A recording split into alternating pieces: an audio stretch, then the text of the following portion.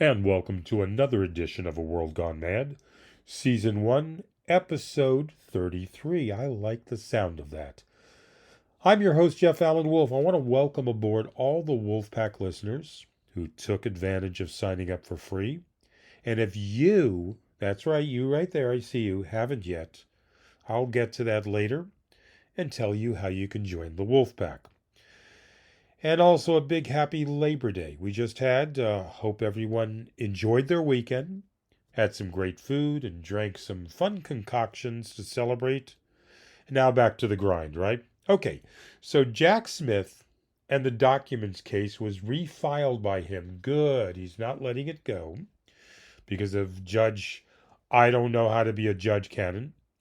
So with Jack Smith refiling his election interference case against Trump, this is what we get in return. And I can't not laugh every time I bring up something from Donald Delusional. Former President Donald Delusional Trump claimed in an interview that aired Sunday that he had every right to interfere with a presidential election as he faces, an updated indictment in the federal election interference case against him. So let's see. First, he didn't do anything wrong. He was perfect on everything. Now, because the case is being refiled, he had a right to do it. And quote from Donald Delusional, "It's so crazy that my poll numbers go up. Whoever heard you get indicted for interfering with a presidential election where you have every right to do it? You get indicted and your poll numbers go up," Trump said in an interview with Fox News. Now, special counsel Jack Smith, he filed a superseding indictment last week in his investigation into alleged efforts by the former president and his allies, as you know, to overturn the 2020 election. Now, the new indictment slims down the allegations against a 2024 Republican presidential nominee in light of, the Supreme Court's ridiculous, controversial immunity ruling that Donald is above, the law. So none of the four charges have been dropped. He just took out some language. Trump also said in the interview, by the way, that Vice President Kamala Harris treated Mike Pence, and the way she did it was horrible. Tedious, the never-ending drone of Donald's comments and voice. Everything against him. Everyone is unfair. He had the right to do whatever he wanted to do. I am so sick and tired of him, of Donald Delusional, and I would love to repeatedly punch him in the face to shut him up. I'm just saying. And what is up with the fake crowd size claims or the non-existent crowds for Donald Trump? What's with Donald waving to nobody? Have you seen the compilation video of Donald Delusional as he leaves airports or heads to a rally and he's waving to virtually air or nobody? Or who the hell knows who he's waving to? He steps out and he waves. Grandiosity. And just the pompous attitude of Donald Delusional. Look, hello over there. The two people in the background are not even looking my way. Now, basically, either Donald Delusional is in his mind, thinks he's creating a photo op, or is he just that lost in his brain with his diminishing mental capacity? Dementia? Now, this is being repeatedly brought up by many people that Donald has, some people are saying, advanced forms of dementia. You be the judge. You know the old saying, the definition of insanity is ... right?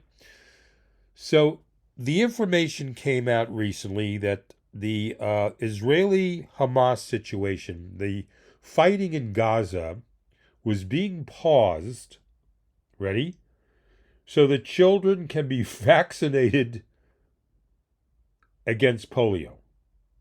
Now, I'm not making light of this, so we're pausing the fighting so thousands of children can be vaccinated against polio, which brings for me a what the moment after a rare and relatively swift 6 weeks of talks.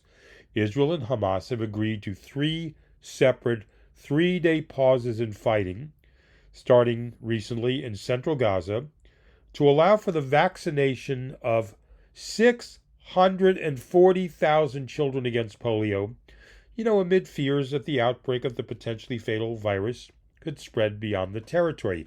I'm not questioning that. What I'm questioning is, so now, once you get everyone vaccinated, all the children, you could then start fighting again so the children could be in harm's way, and most likely some of these children getting killed? I'm sorry, but this is a world gone mad. And then we arrive at Israeli strikers and protesters are demanding Gaza a deal for a ceasefire after 6 hostages were killed. Hundreds of thousands of protesters took to Israel's streets Monday for a second consecutive day, organizers have claimed as far as the total, as the country was brought to a near halt by a general strike over anger at the government's failure to secure a ceasefire for hostages deal. Now, Netanyahu says Israel will strongly retaliate against Hamas for killing those 6 hostages. Hamas then warns more hostages will die if Israel tries to free them militarily instead of through a deal. And on and on and on. And again, I'm not making light of this one either, but this is a deep pit that no one seems to want to climb out of between both sides, and it has to stop somewhere, and there has to be a ceasefire, and the hostages released, and hostilities have to stop. This is ridiculous. Years and years, decades of fighting. Enough already. I want to take a brief moment, catch my breath. For the Wolfpack listeners who are listening, thank you. We have about 100 people who have signed up to become a member of the Wolfpack. And what the Wolfpack is simple. These are the listeners of the podcast, and they will never be charged for my podcast. Almost every major podcast out there monetizes at some point. That's how they make their living. So if you're listening to the show and you haven't joined the Wolfpack, why the hell not? It's free. It takes 10 seconds. Email me at a world gone mad podcast at gmail.com. Just say Wolfpack link. I will send you the link. It takes 10 seconds to become a member of the Wolfpack. You'll never be charged in the future. You will gain benefits. You'll get early access to the show ahead of other people. Can you join us? Let me know. I'll send you the link. And join our Facebook group, A World Gone Mad Podcast on Facebook. Become a member of over 440 people there who are rallying to save our democracy, okay? I would appreciate that sincerely. And to the Wolfpack listeners who've done it already, thank you so much. One added note on that. If you do email me, just leave your first name so I can, out of courtesy, know who's emailing me. And some of you are texting through the app, and I thank you. One person texted recently and gave me an A++++ for the podcast. Generous, thank you. Put a smile on my face, from Pompano Beach, Florida, but didn't leave their first name. I cannot respond to the texts, so I don't know who to say hi to, but thank you for that. It's genuinely appreciated. All right, so Donald Delusional creates another fiasco. What else is new? Let's count the hours. Hang on. We still got a lot of time in the day for Donald to stick his foot in his mouth and swallow himself up to his waist. Here's the fiasco. You've read about it. If you haven't, wait to hear this one. The Arlington Cemetery mishap, with Donald going against the rules to do a photo op. Told no by a worker at Arlington you can't have an outside photographer photographing near the graves, etc. And then that worker, while he was trying to do his job, was pushed out of the way. And then Donald Delusional was rebuked by the Army. So controversy has followed since Trump participated in a wreath-laying ceremony to pay tribute to the 13 U.S. service members who were killed in the Kabul airport bombing in 2021. The videos and photos that Trump used from the trip in a recent campaign video posted on his TikTok account have drawn criticism. According to U.S. federal law, campaign activity is prohibited around or near military cemeteries. It isn't just the Trump's campaign's use of the cemetery visit for political purposes that has attracted the scrutiny. The Army has confirmed that Trump campaign staff people pushed aside a cemetery worker who attempted to stop the photographing and filming in the vicinity of service members' graves. Now, participants in the August 26th ceremony of this past month and the subsequent Section 60 visit, they were made aware of the federal laws, Army regulations, and DoD policies, which clearly again prohibit political activities on cemetery grounds. An ANC employee who attempted to ensure adherence to these rules was abruptly pushed aside, an Army spokesman confirmed. So another fiasco by Donald Delusional, because he can't seem to not understand rules of law and decorum and how to act presidential. God forbid you learned how to act presidential, Donald. That's the issue. As whether, not that you're calling for violence, which is another story unto itself, but you don't know how to show decency, compassion, love, empathy, caring for the everyday citizen. Yet your millions of followers are blind to that. And I've said it before, my friends and family, some of them, what has Donald done wrong in the past? Holy crap, have you people lost your mind? You don't understand what presidential is? And you don't like Kamala Harris, that's fine. And you don't like Joe Biden. And you don't like Democrats. But at least do the same scrutiny to Donald Delusional and JD Dumbass when you rip apart Democrats with your opinions. That's all we're asking on our side. Be fair. You want to have valid points against policies from Democrats? Be fair against your own party's leader, Donald Delusional. Okay? That's not asking a lot, but apparently that's a line too far for you guys to step. So Kamala Harris was asked a question during an interview about her reaction to Donald Trump, basically saying she just started being black because she was running a campaign for the presidency. So all of a sudden she's claiming to be black, or words to that effect. And Harris's answer back to the reporter was basically, it's the same tired playbook from Donald Trump. And the reporter asked, that's it? That's your reaction? And Kamala Harris said, that's my reaction. And that's what I stated the previous episode and before, where I said Harris should not engage with these distractions that Donald Trump throws out against the wall.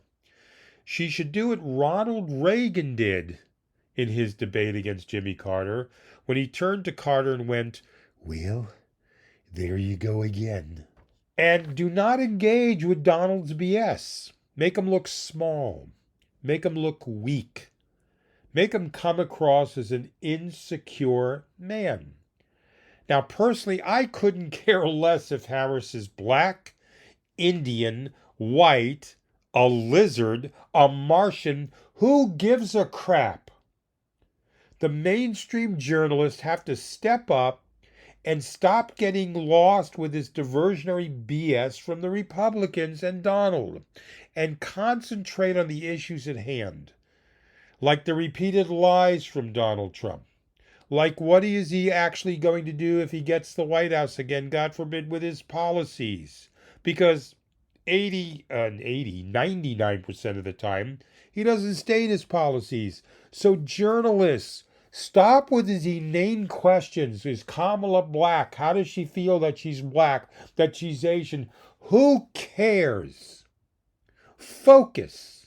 Squirrel, squirrel. Hello, mainstream journalists. And I'm not saying every journalist. I'm not saying, Lawrence O'Donnell, Rachel Maddow. I'm not saying that. But in general, these stupid side alleys that the journalists take and not focus on the key issues at hand, Project 2025, etc.